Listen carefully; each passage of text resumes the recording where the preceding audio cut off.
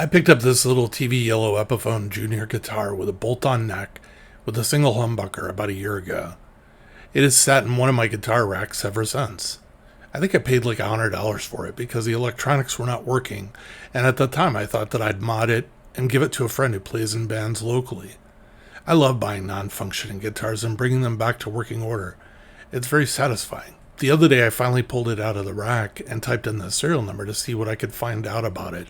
Basically, I was interested to see the year it was made. It was made in 2011. After examining the guitar, though, I noticed the fretboard does not look like Indian Laurel. I continued to do my research and found that it was an early version of the inexpensive line of Epiphone Junior guitars. The fretboard is actually Rosewood instead of Indian Laurel. Also, the body and the neck are both made of Korina Mahogany. It turned out to be a limited edition version of the guitar line. When I looked on Reverb, there were 3 of the TV Yellow model listed. What was hilarious was that all 3 of the guitars were listed above $400, where the normal models of the line and used condition were all around $199. All this time, I didn't know that I had a hidden gem or collectible guitar sitting in my rack, albeit a non-working one. Everything about the guitar physically, including the neck, frets, and body, is in like new condition, just the electronics don't work. I dug up a used Seymour Duncan SH-1B59 bridge humbucker pickup and I started to map out a wiring circuit.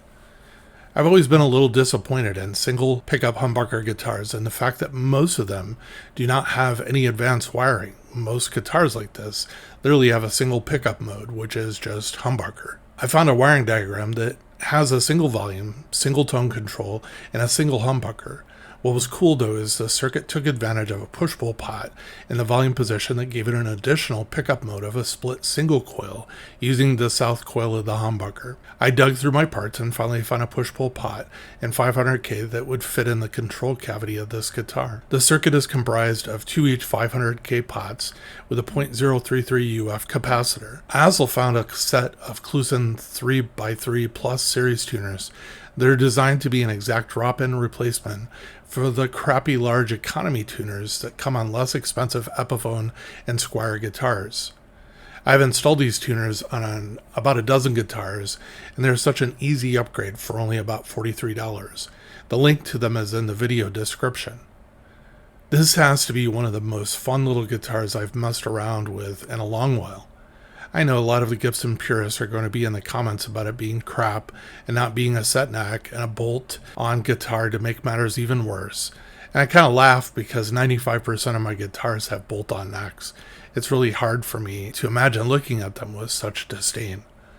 It really kicks ass. The humbucker sounds coming out of this thing are really not made to play soft and clean music, not meant to play anything pretty, but instead something that would blow the speakers out of your amp. I actually put in the sound samples, the distorted samples first, because that's really where this little thing shines. I would gladly play this guitar in any punk or rock song, and it would not disappoint.